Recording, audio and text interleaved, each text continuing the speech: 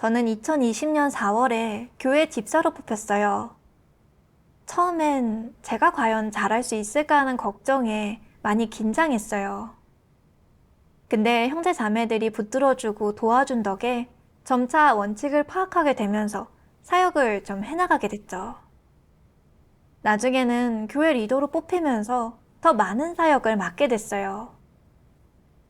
게다가 가끔 윗선 리더한테서 다른 사람에게 일을 맡기면 관리 감독해야 할 게 많지만 저한테 맡기면 덜 걱정하게 된다는 평가를 들을 때면 제가 좀 괜찮은 것 같다는 생각이 들었어요. 나중에 제가 양육했던 크리스토퍼 형제도 교회 리더가 됐어요. 그 형제는 자질은 평범했지만 복음을 전하는 것을 좋아했고 성과도 괜찮은 편이었어요. 그래서 그 형제가 리더로 뽑히니까 저도 좋았죠. 제가 양육하고 육성한 사람이 리더가 됐으니 그건 제가 그만큼 능력이 있다는 방증이니까요. 2022년 6월 초에 일어난 일이에요. 어느 마을에 복음 사역을 체크해야 했는데 크리스토퍼 형제는 신변 안전 때문에 그 마을에 갈 수 없었어요. 그래서 저랑 온라인으로 연락하면서 협력하기로 했죠. 형제도 저한테 마을 상황에 대해 묻기도 했어요. 그래야 문제가 생겼을 때 빨리 소통해서 바로잡을 수 있으니까요. 그때만 해도 저는 형제가 하나님을 믿은 기간이 짧고 이제 막 리더로 뽑혔으니까 사역을 제대로 못할 거라고 생각했어요. 그리고 저는 리더를 2년 이상 더 많이 했고 원칙도 좀 파악하고 있는 반면에 크리스토퍼 형제는 저한테 양육받았던 사람이기도 하니까 사실 그 형제랑 협력하고 싶은 마음이 없었어요. 그러니 그 형제가 제가 맡은 사역에 참여하는 것도 싫었죠. 어느 날 크리스토퍼 형제가 제게 메시지를 보내왔어요. 저보고 이쪽 일을 어떻게 진행할 예정이냐고 물으면서 시간이 될 때 같이 의논했으면 좋겠다고 했어요. 근데 그 메시지를 보는데 거부감이 들더라고요. 이제 며칠이나 됐다고 벌써 내가 하는 일의 진도를 체크하려고 드네. 그게 그렇게 빨리 될 일인가? 내가 맡은 사역이 그것만 있는 것도 아닌데 라는 생각에 별로 말을 섞고 싶지 않았죠. 그래서 이렇게 답장했어요. 이제 막 도착했고 사역은 아직 안배하지 않았어요. 그랬더니 그럼 최대한 빨리 안배해주세요 라고 답장이 온 거예요. 그 답장을 보면서 자질도 나보다 부족하고 사역 경력도 나보다 부족한 사람이 협력한다며 내가 맡은 사역에 관여하면 과연 좋은 성과를 거둘 수 있을까 하는 생각이 들었어요. 그리고 기분이 별로 좋지 않았죠. 그 후로도 제가 체크하고 있는 사역에 대해 형제가 알려고 할 때면 저는 별로 대답해주고 싶지 않았어요. 그리고 제가 하는 사역에 대해서는 형제랑 거의 의논이란 걸 안 했죠. 결국은 다 제가 해야 하니 의논해봤자 소용없다는 생각이 들었거든요. 그래서 마을에 관한 사역은 제가 알아서 안배했어요. 그러다 어느 날 형제로부터 이런 메시지를 받았죠. 옆마을 교회 몇몇 새신자들이 잡혀갈까봐 겁이 나 복음을 전하지 못하고 있어요. 전에는 정말 적극적이었던 사람들인데 최근에는 예배에도 잘 참석하지 않아요. 자매님이 좀 붙들어주세요. 그 문자를 보는데 이런 생각이 들었죠. 그걸 누가 몰라? 붙들어줘야 하는 건 나도 잘 알지. 근데 지금 난 바쁜 사람이고 게다가 엎어지면 코 닿을 거리도 아니고 그렇게 쉽게 갈 수 있는 것도 아니잖아. 당신이 백날 말해도 결국 일은 내가 가서 하잖아. 당신은 별로 하는 것도 없잖아. 내가 말해봤자 입만 아프지 뭐. 그 일들에 관해서는 내게 다 생각이 있고 계획이 있어. 어른이 알아서 하지 않을까.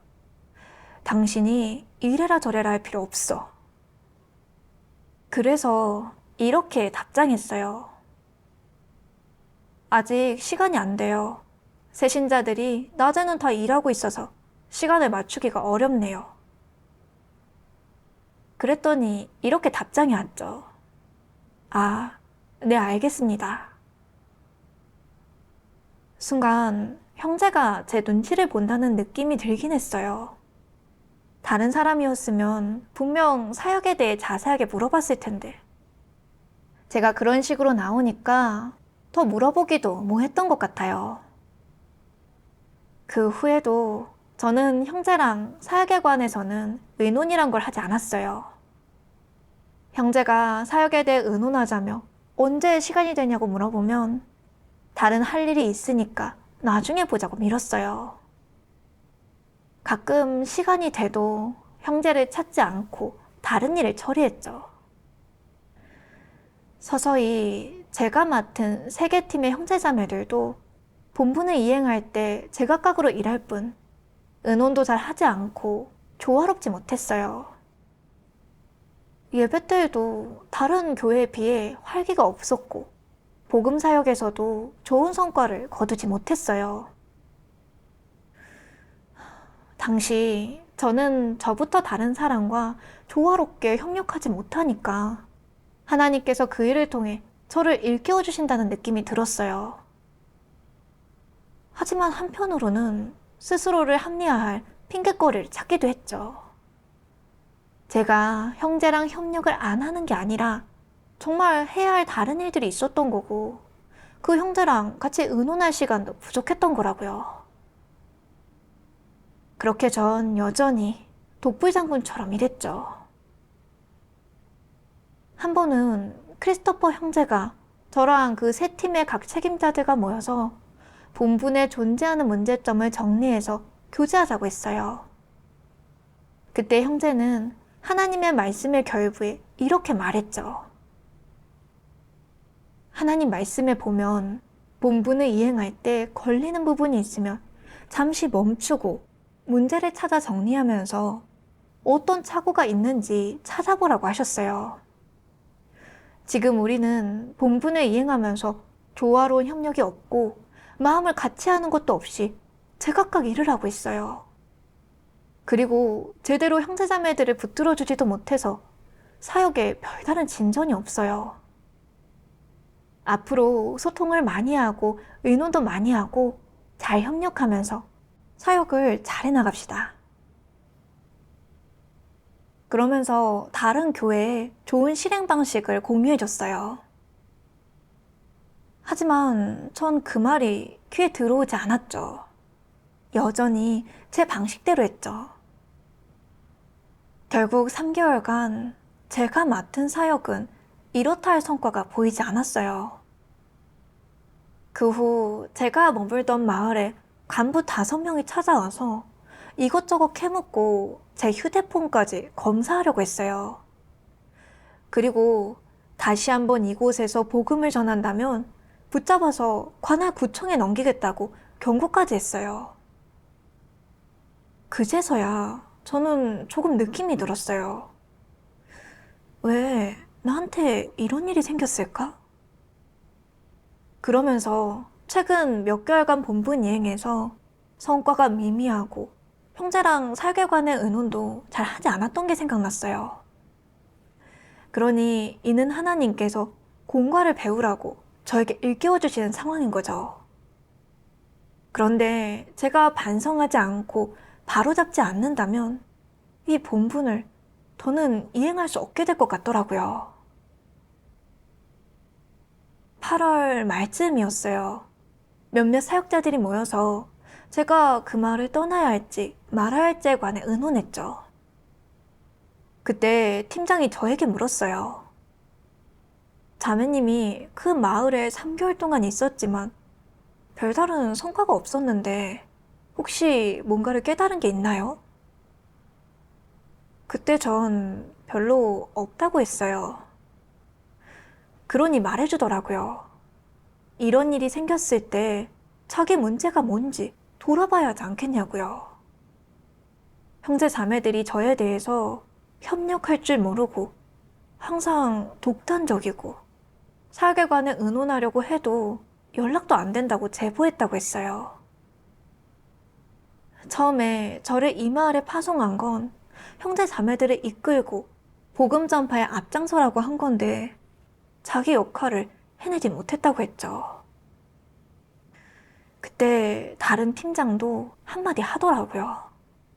제 역할을 못했으면 그냥 돌아오라고요.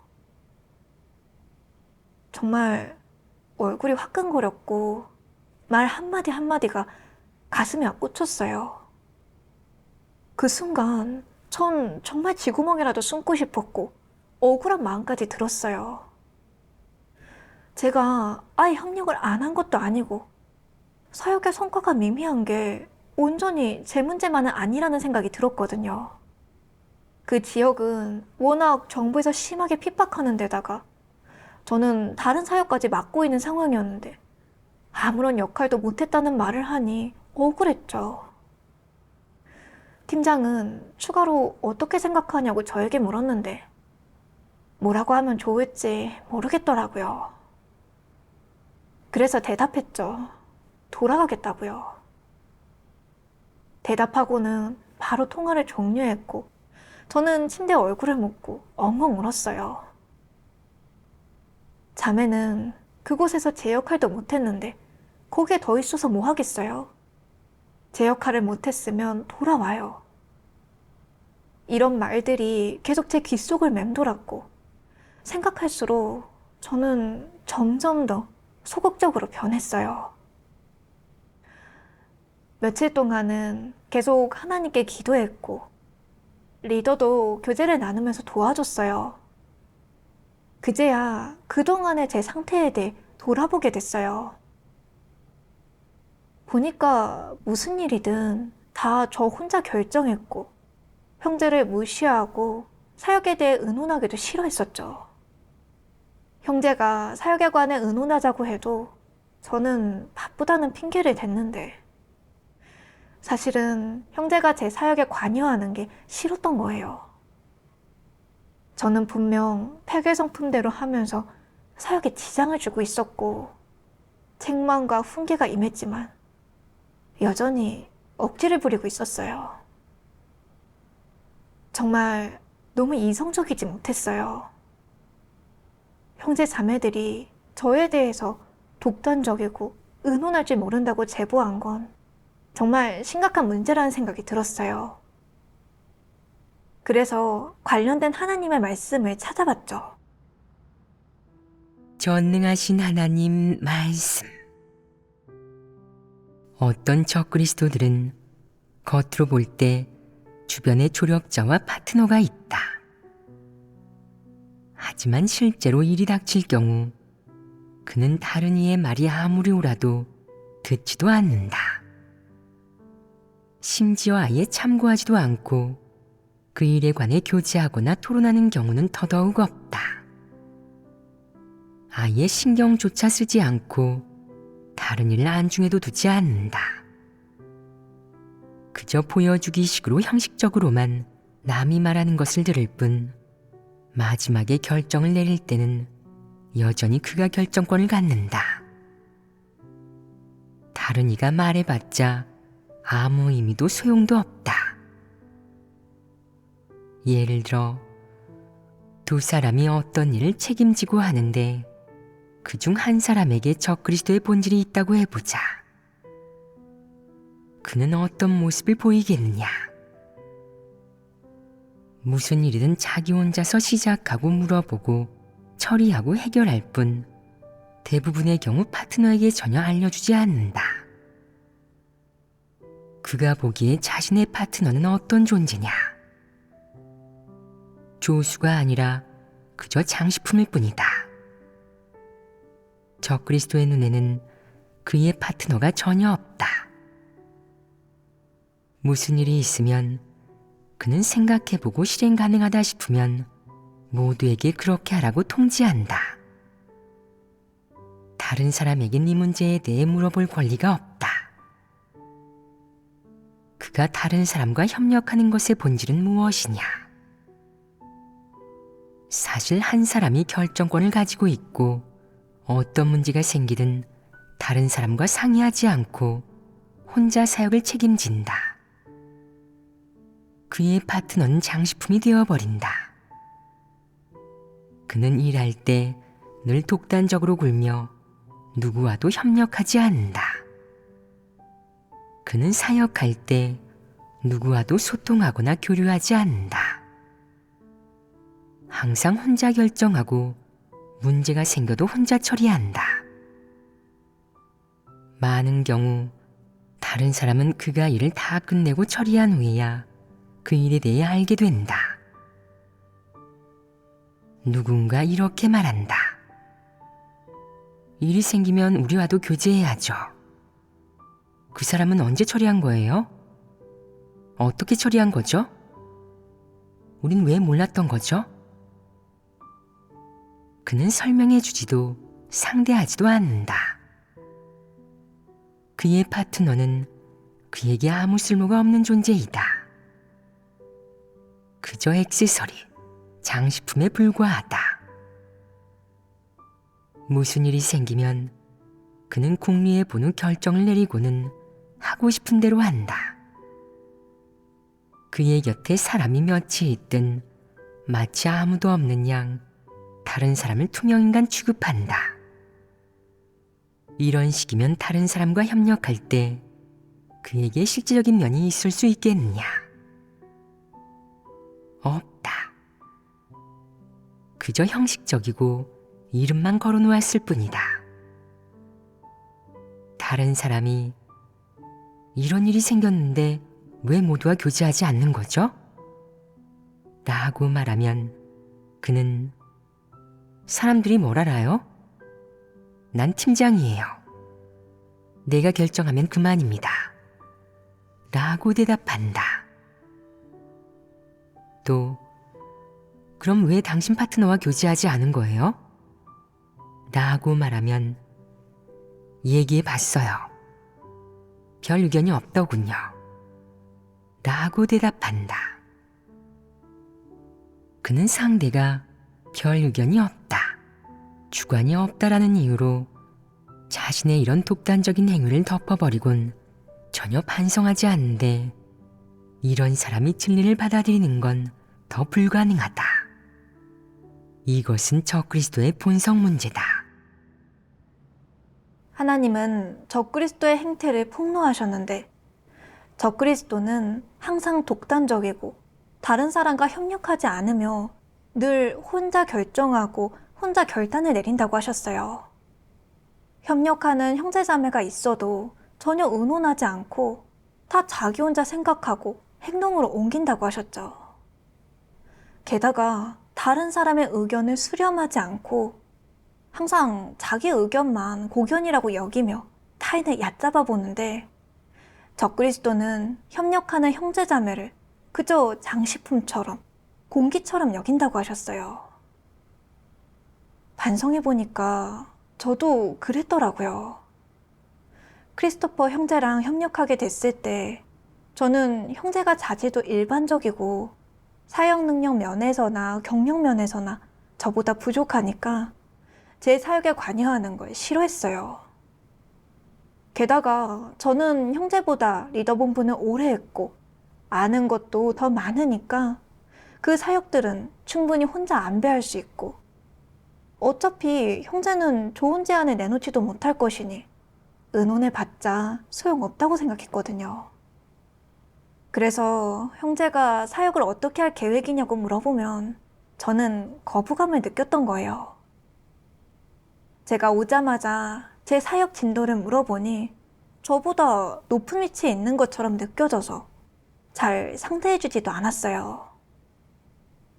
그리고 일부 형제 자매들이 잡혀갈까봐 두려워 본분을 이행하지 못할 때 형제가 저한테 그 사람들을 붙들어줬냐고 물어본 건 본분에 대한 책임감에서 비롯된 거잖아요. 근데 전 교만하게도 본인이 직접 문제를 해결하지도 못하면서 제 일을 리드하려 한다고 생각했거든요.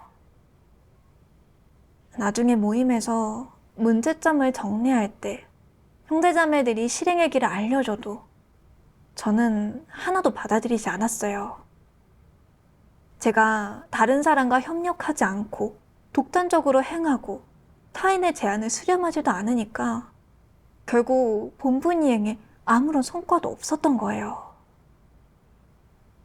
저는 본분을 이행할 때 늘 제 뜻대로 하고 싶은 대로 하면서 다른 사람과 전혀 협력하지 않았는데 결국 사형만 지체했죠. 그건 악행인 거죠. 이런 문제를 반성하게 되니까 팀장이 지적하고 책망했던 말들을 받아들이게 되더라고요. 저의 모든 소행은 이미 교회 사역에 지장을 주고 있었어요. 그런데도 이렇게 책망과 훈계를 하지 않았다면 저는 반성할 기미도 없었을 거고 심각성을 인지하지도 못했을 거예요. 책망과 훈계는 정말 하나님의 사랑이더라고요. 그 후에 저는 본분을 이행할 때 타인과 협력하지 않고 자꾸 혼자 결정하려고 하는 문제를 놓고 하나님께 나아가 기도하면서 찾고 구했어요. 그러다 제 내적 상태에 딱 맞는 하나님의 말씀을 보게 됐어요. 전능하신 하나님 말씀. 너희가 몇 년 동안 본분을 이행했지만 생명 진입에서 눈에 띄게 성장하지 못하고 얄팍한 도리만 깨달았을 뿐 하나님의 성품과 본질에 대해 진실한 인식을 갖지 못하고 새로운 진전도 전혀 없다면 지금 너희의 분량으로 어떤 일을 저지를 수 있겠느냐? 어떤 폐괴 표출이 있겠느냐? 교만하고 잘난 척합니다. 교만하고 잘난 척하는 것이 더 심해지겠느냐? 그대로겠느냐? 더 심해질 것입니다. 어째서 더 심해지겠느냐? 스스로 자격이 있다고 생각하기 때문입니다. 사람이 생각하는 그 자격의 크기를 무엇으로 판단하는 것이냐?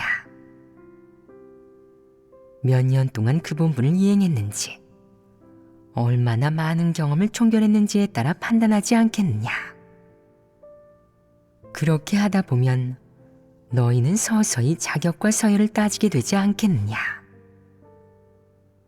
가령 어떤 형제가 하나님을 오랫동안 믿었고 그 본분을 이행한 기간이 가장 길다면 그의 발언권이 가장 강할 것이고, 어떤 자매가 자질은 어느 정도 갖췄지만 본분 이행을 시작한 지 얼마 되지 않아 본분을 이행한 경험이 부족하고 하나님을 믿은 기간도 짧다면 발언권이 가장 약할 것이다.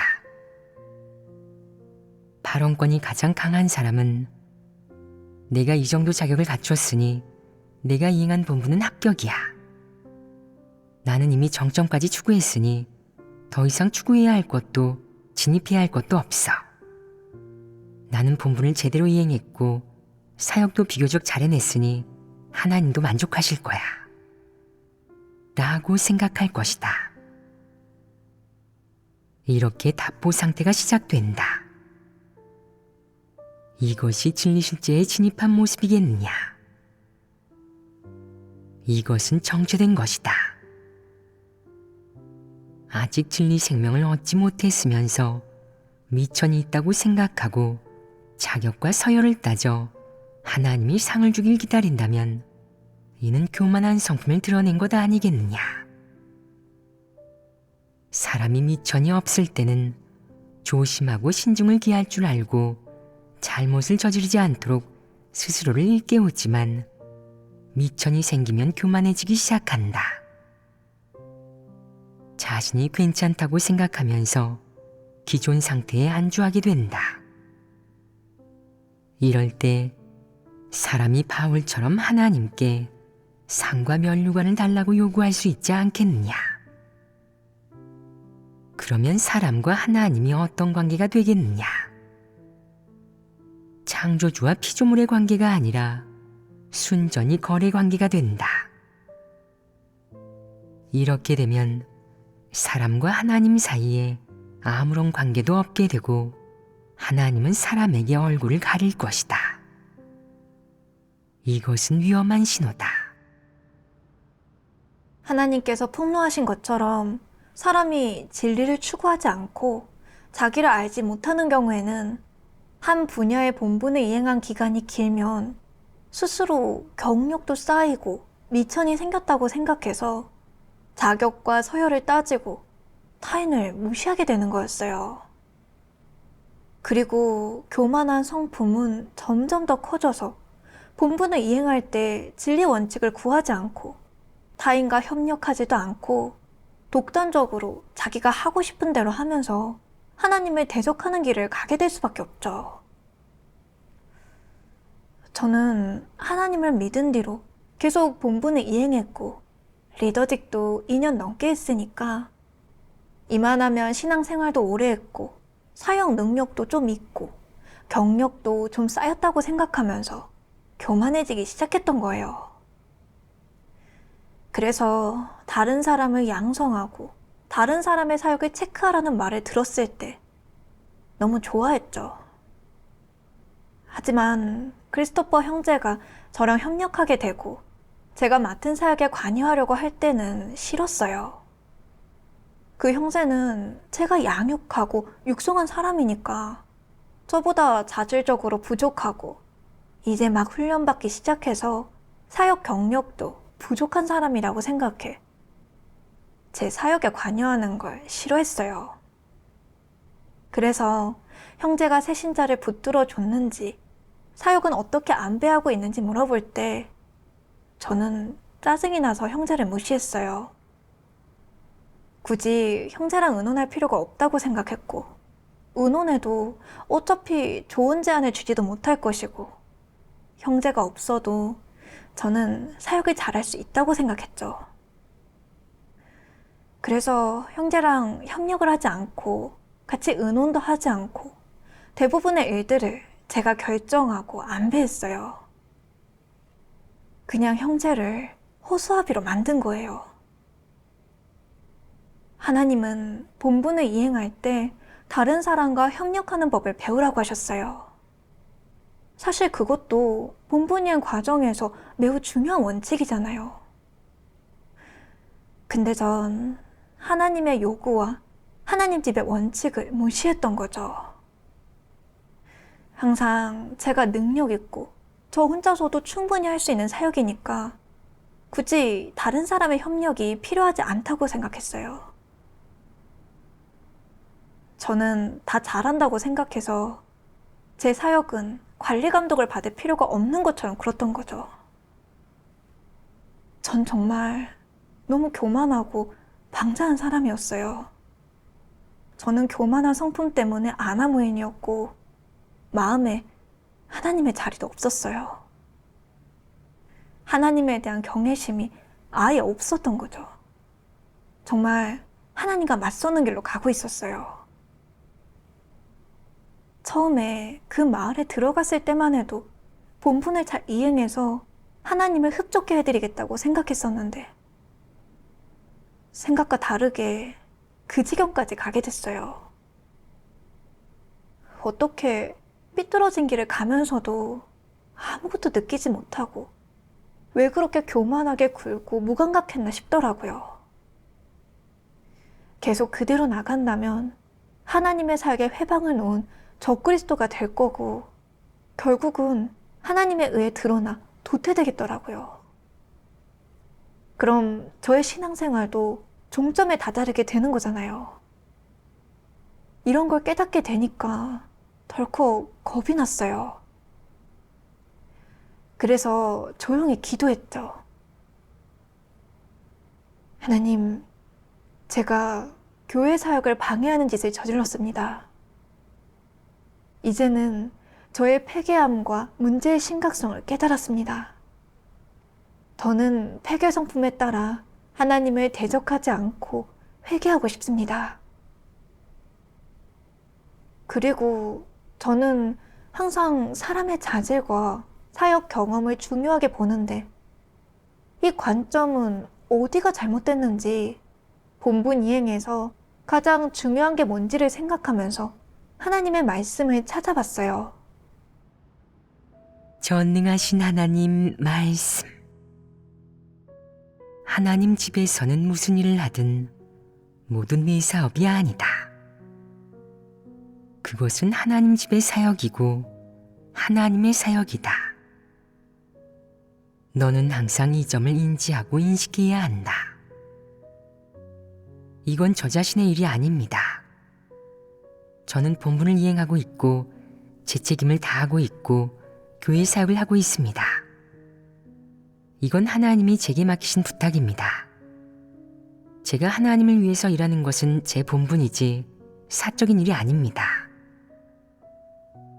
이것이 사람이 가장 우선적으로 이해해야 하는 것이다.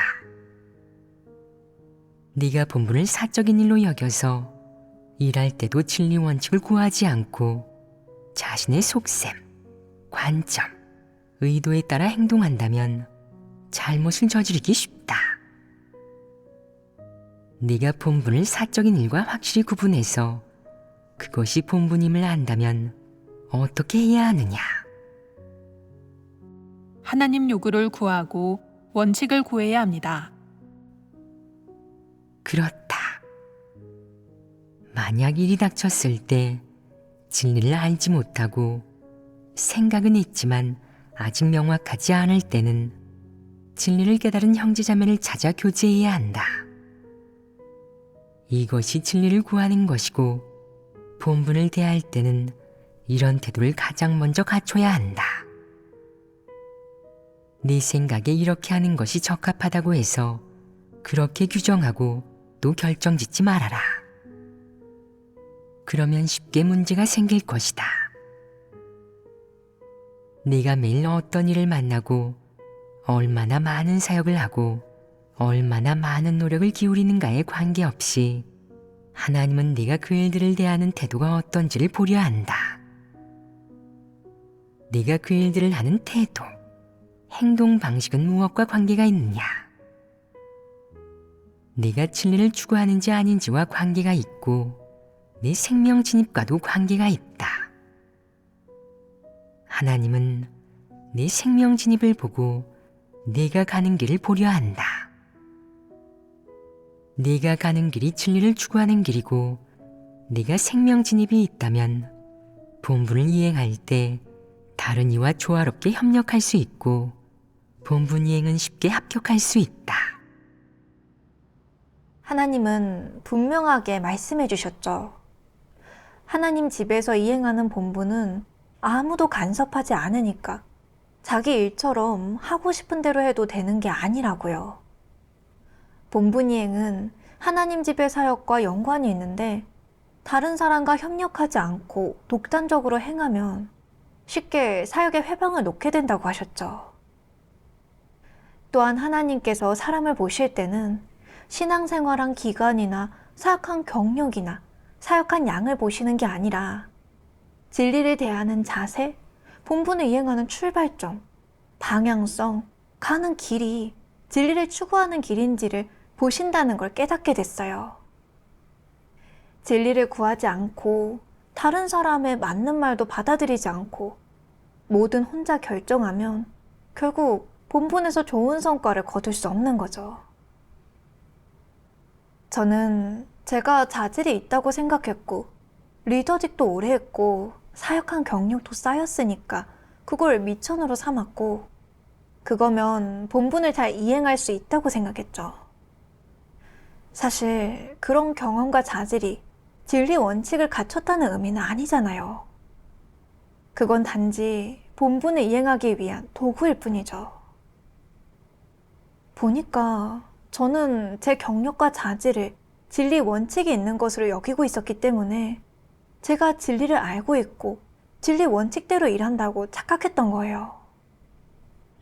그래서 점점 더 교만하게 굴고 형제 자매들을 무시하고 제가 하고 싶은 대로 일을 했던 거죠. 결국 3개월 동안 사역에서 이렇다 할 성과는 전혀 없었어요. 그제야 깨달았어요. 본분을 잘 이행했는지는 신앙생활을 한 기간이나 세운 공로에 비례하는 게 아니고 경력에 비례하는 것도 아니더라고요. 원칙대로 일 처리하려고 진리를 찾고 구하고 다른 사람과 조화롭게 협력하는 게 가장 중요한 부분이었어요. 그 후에 하나님의 이 말씀을 보면서 어떻게 다른 사람과 조화롭게 협력해야 하는지에 대해 조금 더 분명하게 알게 됐어요. 전능하신 하나님 말씀. 조화롭게 협력하는 것에는 많은 내용이 들어있다. 최소한 다른 이가 말하고 다른 의견을 내놓게 해야 한다. 내게 정말 이성이 있다면 어떤 사역을 하든 먼저 진리 원칙을 구하는 법을 배워야 하고 주동적으로 다른 이의 의견을 구해야 한다. 모든 의견을 진지하게 대하고 한마음 한뜻으로 문제를 해결한다면 기본적으로 조화롭게 협력할 수 있는 것이다. 이렇게 본분을 이행하면 어려움이 많이 줄어들고 어떤 문제가 닥쳐도 해결하거나 처리하기 쉽다. 이것이 바로 조화로운 협력으로 이루게 되는 성과이다. 때로는 극히 사소한 일에서 의견 충돌이 생길 수도 있지만 사역에 지장만 주지 않는다면 문제라고 볼 수 없다. 단, 핵심적인 일, 교회 사역과 관련된 큰일의 경우 반드시 공감대를 형성하고 진리를 구해 해결해야 한다. 너는 리더라는 감투와 지위가 주는 허세를 내려놓고 스스로를 평범한 사람으로 여겨야 한다. 남들과 같은 위치에 서서 본분 이행에 책임을 지는 태도를 보여야 한다. 본분을 감투나 지위, 월계관처럼 여기면서 모두가 너의 지위를 위해 힘쓰고 봉사해야 한다고 생각한다면 문제는 심각해진다. 하나님은 마음속으로 너를 혐오하고 역겨워할 것이다. 네가 마음속으로 너 자신이 그저 다른 이보다 하나님의 부탁과 책임이 좀 더 있을 뿐 다른 이와 평등하다고 여기며 남들과 어깨를 나란히 하는 법을 배운다면 나아가 허리를 굽혀 다른 이의 의견을 묻고 진지하고 세심하게 마음을 다해 다른 이의 말에 귀 기울일 수 있다면 남들과 조화롭게 협력할 수 있다. 조화롭게 협력하는 것이 어떤 역할을 하겠느냐? 매우 큰 역할을 한다. 너는 전에 자신에게 없었던 것을 얻을 수 있는데 그것은 진리의 빛비춤과 생명의 실제이다. 또한 다른 이의 장점을 발견하고 그것을 배울 수도 있다. 그리고 또 하나, 네가 관념적으로 다른 사람이 어리석고 멍청하고 우둔하고 너보다 못하다고 생각했지만 다른 사람의 의견에 귀를 기울일 때 또는 다른 사람이 마음을 열고 네게 이야기할 때 너는 부지 중에 모든 사람은 그렇게 평범하지 않고 누구에게나 그 내면에는 서로 다른 생각과 취할 만한 부분이 있음을 알게 될 것이다. 조화롭게 협력하는 법을 배운다면 네가 다른 사람의 장점을 배울 수도 있고 너의 교만과 독선이 드러남으로써 잘난 체 하지 않을 수 있다. 더 이상 자신이 다른 사람보다 뛰어나고 낫다고 생각하지 않을 수 있을 때 스스로를 사랑하고 스스로에게 탐복하는 내적 상태로 살아가지 않을 수 있다. 이것이 내게는 보호가 되지 않겠느냐? 이 모든 것은 남과 협력하면서 배워야 할 공과이자 얻어야 할 이점이다. 말해보아라. 완벽한 사람이 있겠느냐? 아무리 강한 사람이라도, 아무리 능력과 재능이 있는 사람이라도 그 사람 또한 완벽한 사람은 아니라는 점을 인식해야 한다. 이것은 사실이자 사람이 자신의 장점이나 단점을 올바로 대하고자 할 때 마땅히 갖춰야 하는 태도이며 사람이라면 마땅히 지녀야 하는 이성이다. 이런 이성이 있다면 너는 올바른 태도로 자신의 장점과 단점을 대할 수 있으며 다른 사람의 장점과 단점 또한 올바른 태도로 대할 수 있다. 이렇게 하면 다른 사람과 조화롭게 협력할 수 있다. 네가 이 측면의 진리를 깨달으면 이 측면의 진리 실제에 진입하여 형제자매와 함께 화목하게 지내며 서로 장점을 배워 단점을 보완할 수 있게 된다. 이렇게 되면 네가 어떤 본분을 이행하든 어떤 일을 하든 모두 점점 더 잘하게 되고 하나님의 축복을 받게 된다. 이 말씀을 보면서 깨달았어요. 다른 사람과 협력할 때는 남들과 같은 위치에 서서 진지하게 다른 이의 말에 귀를 기울이고 잘 모르면 먼저 문의해야 하더라고요. 그렇게 실행할 때 형제자매들의 장점을 볼 수 있게 되고 저보다 뛰어난 부분을 발견할 수 있게 되고 남을 무시하지 않게 되고 늘 스스로에게 탐복하며 독단적으로 행동하지 않게 되죠. 그리고 자기 자신을 정확히 알아서 자신이 뛰어나다고 여기지 않고 다른 사람의 장점을 발견하고 또한 다른 사람의 단점도 올바르게 대할 줄 알아야 하더라고요. 사실 돌아보면 제가 2년간 리더의 본분을 이행했지만 전 복음 전파에 능하지 못했어요. 그래서 복음 사역 진도를 체크할 때는 늘 다른 사람의 도움과 지도가 필요했죠. 하지만 크리스토퍼 형제는 하나님을 믿은 기간이 짧아도 계속 복음을 전해왔고 전한 사람도 많은 등 성과가 좋았어요. 복음 사역 면에서만큼은 저보다 경험도 많으니까 당연히 제가 먼저 자문을 구해야 하는 거죠. 게다가 형제는 본분에 대한 책임감이 있었고 사역에도 매우 긍정적 부담을 갖고 있었어요. 그래서 늘 먼저 저에게 연락해 사역의 문제점을 정리하고 다른 곳에서 좋은 실행의 길을 찾으면 그걸 참고하기도 했어요. 그건 형제의 장점이자 제가 따라 배울 부분이었죠. 근데 전 너무 교만해서 형제의 장점을 보는 게 아니라 오히려 무시하기 바빴고 형제의 제안을 받아들이지 않고 제가 맡은 사역에 관여하지도 못하겠어요. 저는 보잘것도 없으면서 잘난 척했는데 다시 생각하면 너무 부끄러워요. 정말 자기 주제를 너무 몰랐어요.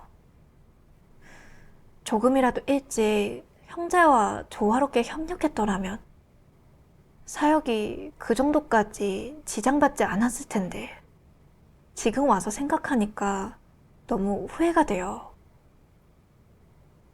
지난 과오는 되돌릴 수 없지만 앞으로는 본분을 잘 이행하겠다고 마음먹었어요. 어떤 일이 생기든 많이 소통하고 의논하면서 교회의 이익을 1순위에 두고 조화롭게 협력하는 법을 배우면서 옛길을 가지 않기로 했어요. 나중에 전 그 마을을 떠났고 관리 구역도 협력 파트너도 다 바뀌게 됐어요. 바뀐 협력자는 미나 자매였어요. 저는 자매랑 조화롭게 협력해서 본분을 잘 이행하겠다고 다짐했죠. 자매랑 지내면서 보니까 자매가 저보다 나이는 많아도 신앙생활을 하고 본분을 이행한 기간은 저보다 짧더라고요. 그래서 사역을 어떻게 파악하고 어떻게 잘 체크해야 하는지 몰랐어요. 가끔은 자매에 대한 형제 자매들의 이런저런 불만 제보도 있었고요. 그러니까 저의 교만한 성품이 다시 꿈틀거리기 시작했어요. 이 지역에서 중요한 역할을 하는 주인공은 역시 저고 자매는 그저 견습생 정도로만 생각하게 됐죠. 한 번은 같이 사역 기획안을 작성하게 됐는데 리더는 특별히 같이 의논을 잘하라고 당부했어요. 근데 전 이런 생각이 들었죠. 의논하는 거야 어렵지 않지. 근데 평소에도 나 혼자 잘했는데 굳이 둘이나 필요할까? 더구나 내가 못하는 것도 아니고 말이야. 그래서 예배를 마치고 혼자 하려고 했는데 미나 자매한테서 바로 연락이 온 거예요. 자매가 저랑 같이 의논하고 싶어 한다는 걸 알았지만 저는 그게 싫은 거예요. 그래서 전화를 안 받았죠. 근데 나중에 가책이 느껴지더라고요. 그리고 전에 교만함 때문에 다른 사람과 협력하지 않아서 사역에 걸림돌이 됐던 것도 생각났고요. 계속 그렇게 하다가는 분명 사역에 지장을 줄 것 같았어요. 그래서 기도했죠. 하나님, 자매에게서 적극적으로 사역을 의논하자고 연락이 왔는데 저는 교만함 때문에 자매와 협력하기 싫어졌습니다. 하나님, 저는 독단적인 행동으로 교회 사역에 회방을 놓고 싶지 않습니다. 제가 교만한 성품대로 살지 않고 자매와 조화롭게 협력할 수 있게 이끌어주세요. 기도를 마치고 나니 하나님 말씀 한 단락이 생각났어요. 전능하신 하나님 말씀. 하나님의 사역을 위해, 교회의 이익을 위해, 형제자매들을 이끌기 위해 조화롭게 협력해야 한다. 서로 협력하고 부족한 부분을 채워주어 더 좋은 사역의 성과를 이끌어냄으로써 하나님의 마음을 헤아려야 한다. 이것이야말로 진정한 협력이고 이런 사람이야말로 진정으로 진입한 사람이다. 하나님의 이 말씀이 마음에 와닿았어요. 본분을 잘 이행하기 위해서 저는 미나자매와 협력하는 법을 배워야지. 저는 교만한 성품에 따라 독단적으로 행동하면 안 되겠더라고요. 그래서 자매한테 연락해 어떻게 사역을 안배해야 할지 의논했어요. 그때 자매는 자기 구상을 이야기했고 저는 좋은 구상이라는 생각이 들어 그렇게 하기로 했어요. 그렇게 우리의 기획안 소통은 순조롭게 진행됐고 제가 혼자 할 때보다 훨씬 빨라졌어요. 정말 기뻤죠. 비록 큰일은 아니지만 저 자신을 내려놓고 하나님의 말씀에 따라 실행하니까 너무 기쁜 거예요. 그 후로도 사역하는 과정에서 형제 자매들과 조화롭게 협력하면서 본분을 이행하는 법을 배웠고 사역의 성과도 월별로 계속 상승했어요. 정말 하나님께 너무 감사드려요.